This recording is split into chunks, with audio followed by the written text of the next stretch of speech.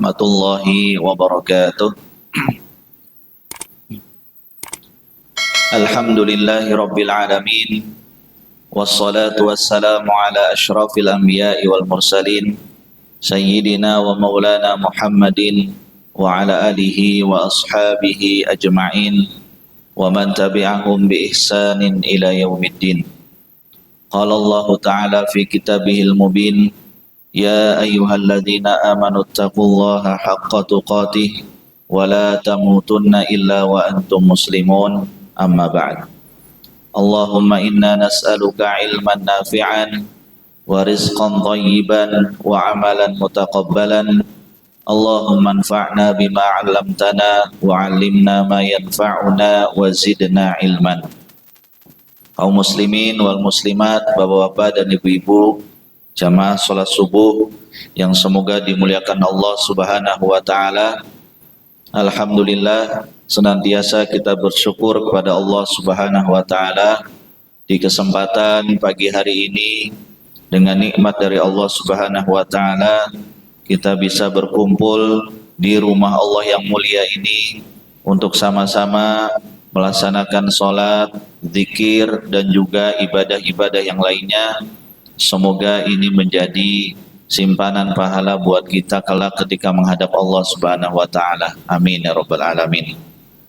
Salawat dan salam senantiasa kita aturkan kepada suri tauladan kita Nabi Agung Muhammad sallallahu alaihi wasallam beserta keluarga beliau, para sahabatnya, juga umatnya sampai hari kiamat nanti.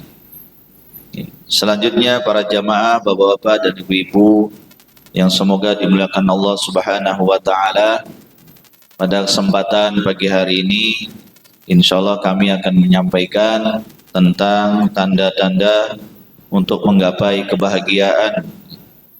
Kebahagiaan adalah suatu hal yang dicari oleh seluruh manusia.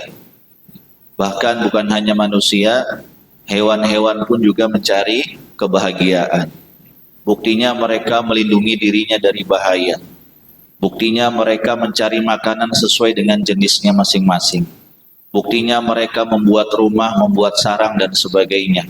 Itu semua menunjukkan dalam rangka agar supaya mereka hidupnya bahagia. Itu binatang.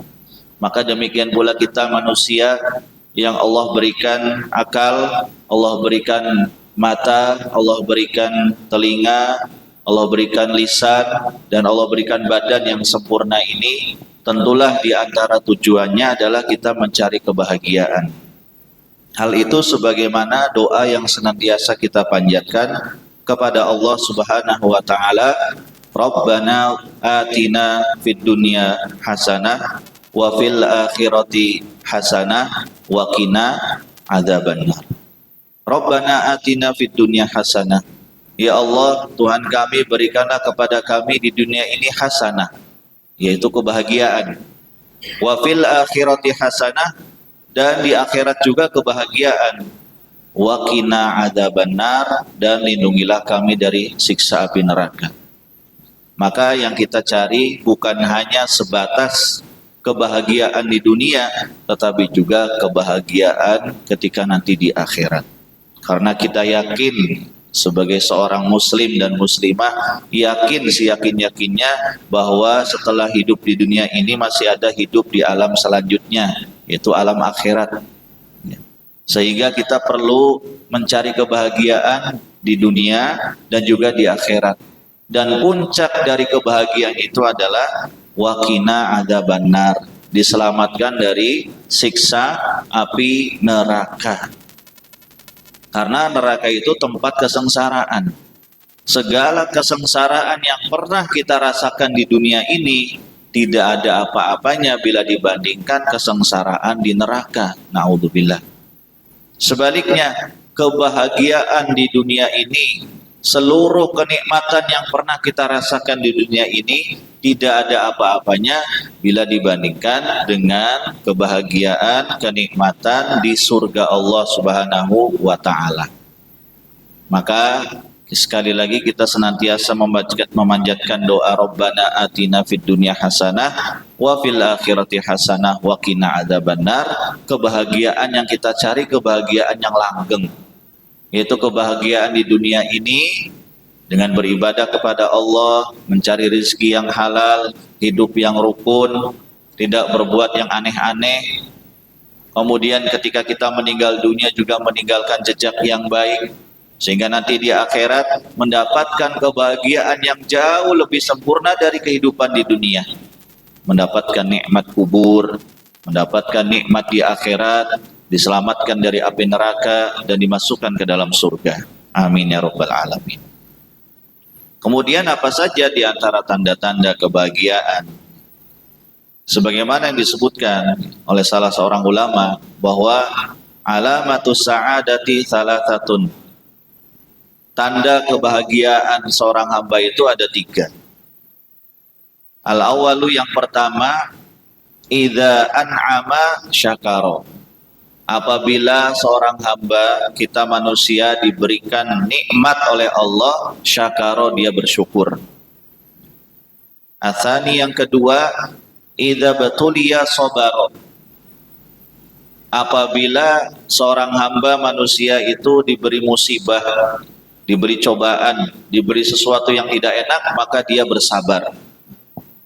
Kemudian asal itu yang ketiga, idza adnaba istaghfar.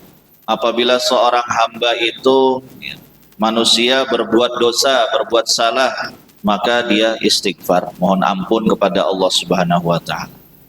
Maka 3 tanda kebahagiaan ini di antara min alamati sa'adatil abdi, di antara tanda-tanda kebahagiaan seorang hamba di dunia dan kelak nanti dibawa sampai akhirat. Yang pertama, apabila diberi nikmat bersyukur. Nabi Sulaiman alaihissalam itu sudah diberikan sama Allah nikmat yang luar biasa. Bahkan kalau boleh dibilang tidak ada seorang manusia di dunia ini yang pernah diberikan nikmat semisal Nabi Sulaiman alaihissalam. Beliau diberikan kekuasaan yang luas, beliau diberikan harta yang melimpah, beliau juga ditundukkan sekian makhluk-makhluk, manusia, jin, dan hewan. Semuanya tunduk kepada Nabi Sulaiman. Dan Nabi Sulaiman diberikan mukjizat, bukan hanya bisa bicara dengan bangsa manusia, tetapi juga bisa bicara dengan bangsa jin dan bisa bicara dengan bangsa hewan. Dan sekiranya tidak ada manusia sebelum dan setelahnya diberikan mukjizat seperti itu. Tetapi apa yang disebutkan oleh Allah Subhanahu wa taala dalam Al-Qur'an tentang sikap Nabi Sulaiman ketika dia mendapatkan nikmat-nikmat yang banyak seperti itu, ya. Nabi Sulaiman mengatakan, hadza min fadli rabbi. Ini adalah karunia dari Tuhanku. Ketika bisa berbicara dengan hewan, ketika bisa menguasai manusia, ketika bisa menundukkan bangsa jin, hadza min fadli rabbi, kata Nabi Sulaiman alaihissalam. Ini karunia dari Tuhanku. Liyabluwani aashkuru am akfur, untuk menguji apakah aku bisa bersyukur atau malah justru jadi kufur. Berarti Nabi Sulaiman alaihissalam itu sadar bahwasanya nikmat yang begitu banyak dan luas itu dari Allah. Jadi kalau kita diberikan nikmat harta, kekayaan, jabatan, atau apapun berupa kenikmatan, keenakan, kebahagiaan di dunia, sandarkan itu semua kepada Allah Subhanahu wa taala. Diberikan nikmat sehat, itu dari Allah. Diberikan nikmat bisa makan, minum dengan apa yang ada di rumah masing-masing, itu adalah nikmat yang luar biasa. Bisa mengenakan pakaian, itu nikmat yang luar biasa. Bisa mata ini bisa melihat, lisan ini bisa berbicara, badan ini bisa diajak beribadah kepada Allah, bisa jalan ke masjid, bisa berzikir, bisa hadir pengajian. Itu semua adalah nikmat dari Allah Subhanahu wa taala. Hadza min fadli rabbi. Sandarkan itu semua kepada Allah Subhanahu wa taala, sehingga derajatnya semakin tinggi. Seorang hamba semakin bersyukur atas nikmat yang Allah berikan, maka derajatnya semakin tinggi dan nikmatnya semakin banyak, dan keberkahan akan senantiasa menyertainya. Kata Allah Subhanahu wa taala, la in syakartum la azidannakum. Jika kalian bersyukur kepada nikmat Allah, niscaya Allah akan menambahkan nikmat tersebut. Bisa jadi uangnya tidak nambah, tetapi keberkahannya yang nambah. Uangnya pas-pasan, tapi hidupnya selalu sehat, jarang sakit. Karena betapa banyak orang duitnya banyak, sakit-sakitan.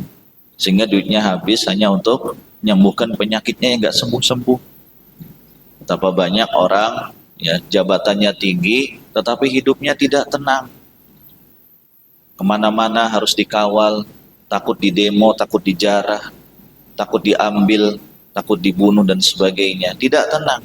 Maka kita yang orang biasa-biasa saja, kemudian bisa hidup ya, nikmat sebagaimana yang Allah berikan kepada kita, maka bertambahlah keberkahan itu. Kemudian tanda kebahagiaan yang kedua, wa idza betuliya sabar. Apabila diberikan musibah, cobaan, sesuatu yang enggak enak, dia sabar. Sebagaimana Nabi Ayyub alaihissalam diuji oleh Allah Subhanahu wa taala sakit yang aneh sampai menggerogoti seluruh tubuhnya, tinggal tulang sama jantungnya saja yang masih berdetak, kulitnya habis, dah tidak ada orang mau mendekat kepada beliau. Diuji bertahun-tahun dengan penyakit yang aneh sehingga manusia menjauh dan menganggap jijik ya untuk mendekat kepada Nabi Ayub alaihissalam. Nabi Ayub sabar. Maka dengan kesabarannya itulah Allah Subhanahu wa taala memberikan kesembuhan yang sempurna. Fisiknya Nabi Ayub jauh lebih bagus dari sebelumnya, sebelum sakit. Dan kita ya tidak berharap sakit. Tetapi sakit itu bagian dari takdir Allah yang menimpa seluruh manusia. Baik sakit ringan, sedang atau parah, maka ketika sakit ya, harus bersabar. Demikian pula ya para nabi, para rasul, semuanya mengalami sesuatu yang tidak enak, diberikan musibah, diberikan bencana, diberikan segala hal yang tidak mengenakan, maka mereka semuanya bersabar. Bahkan ya ada 5 rasul yang disebut sebagai ulul azmi, yaitu rasul-rasul yang memiliki keteguhan disebabkan karena sabarnya mereka menjalani kehidupan dan mendakwahi manusia. Maka apabila tertimpa musibah ya, sebagai seorang muslim kita bersabar. Semua apa yang terjadi di dunia itu adalah dari Allah dan kembali kepada Allah. Sehingga apa tuntunan dari Allah Subhanahu wa taala ketika mendapatkan musibah? Idza asabathum musibatun qalu inna lillahi wa inna ilaihi raji'un. Apabila ditimpa musibah, orang-orang beriman itu mengatakan inna lillahi wa inna ilaihi raji'un. Kami ini milik Allah dan bakal kembali kepada Allah. Sehingga ketika nikmat disandarkan kepada Allah, musibah juga disandarkan kepada Allah. Karena bisa jadi Allah Subhanahu wa taala itu menguji kita sabar atau tidak, bisa menghadapi atau tidak. Karena yang namanya sesuatu yang gak enak itu lumrah dalam kehidupan, menjadi sunatullah. Pasti orang itu gak mungkin hidupnya enak terus, mesti ada tahapan-tahapan gak enaknya.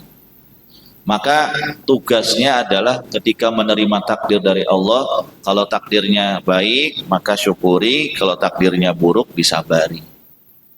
Itu tuntunan dari Allah Subhanahu wa ta'ala. Wa basyiris sabirin, dan berikan kabar gembira kepada orang-orang yang sabar. Kemudian yang ketiga, idza adnaba istaghfar. Apabila berdosa maka istighfar. Dan istighfar itulah amalan Nabi kita Muhammad sallallahu alaihi wasallam. Beliau itu dosanya telah diampuni yang lalu dan yang akan datang. Sudah dijamin masuk surga, tapi beliau tetap mengatakan, wallahi inni la astaghfirullah fil yaum aktsar min 70 marratan. Rasulullah sallallahu alaihi wasallam itu bersumpah, demi Allah, sesungguhnya aku ini setiap hari istighfar, bertaubat kepada Allah lebih dari 70 kali. Lebih dari 70 kali istighfar.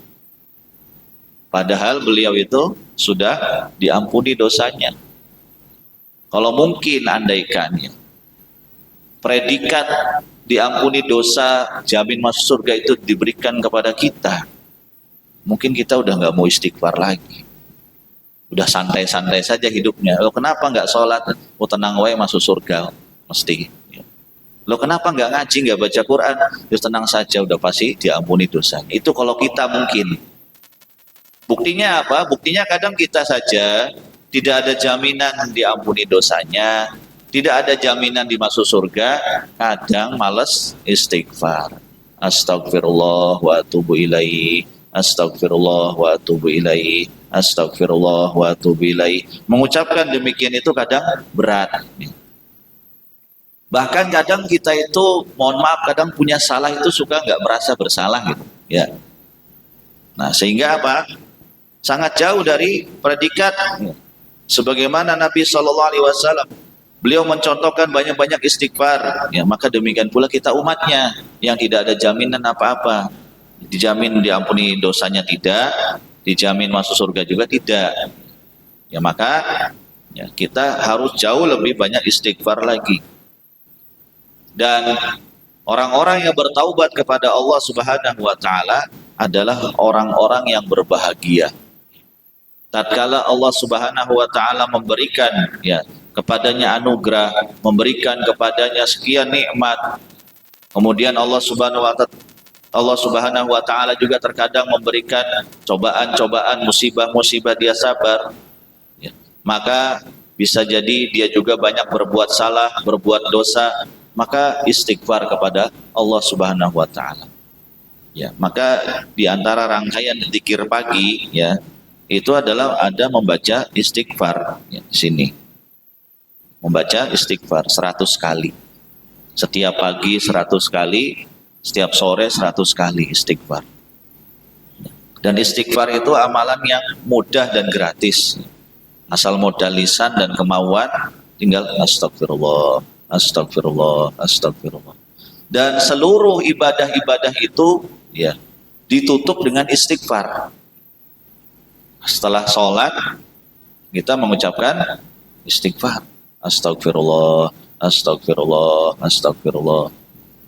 Kemudian ketika di antara doa sujud juga ada doa istighfar, subhanakallahumma rabbana wa bihamdika allahumma gfirli. Kemudian setiap pagi dan petang juga membaca istighfar. Kemudian juga ketika selesai dari majelis juga nanti ada kafaratul majelis, ya, antara isinya adalah istighfar, mohon ampun sama Allah. Karena apa? Dengan istighfar itu hidup menjadi bahagia ketika mengakui kesalahan-kesalahannya. Sebab orang yang tidak pernah mengakui kesalahannya mesti hatinya akan berat. Hatinya akan berat. Tetapi orang yang mengakui kesalahannya, hatinya akan plong, akan lega, karena Allah lapangkan dadanya ketika dia jujur beristighfar kepada Allah Subhanahu wa ta'ala. Maka inilah 3 tanda kebahagiaan seorang hamba ya. Yang pertama, apabila diberi nikmat bersyukur kepada Allah. Kemudian apabila diberi musibah dia bersabar kepada Allah. Kemudian apabila dia berdosa, dia juga istighfar kepada Allah. Semuanya disandarkan hanya kepada Allah Subhanahu wa ta'ala. Bapak-bapak, para jamaah sekalian yang semua dimuliakan Allah Subhanahu wa ta'ala, mungkin demikian kultum singkat yang kami sampaikan pada kesempatan pagi hari ini. Semoga bermanfaat buat kita semuanya dan menjadi ilmu yang bermanfaat. Amin ya rabbal alamin. Selanjutnya kita membaca zikir pagi. Dimulai dengan ta'awudz ya. Bisa bareng-bareng Pak. Monggo. A'udzu billahi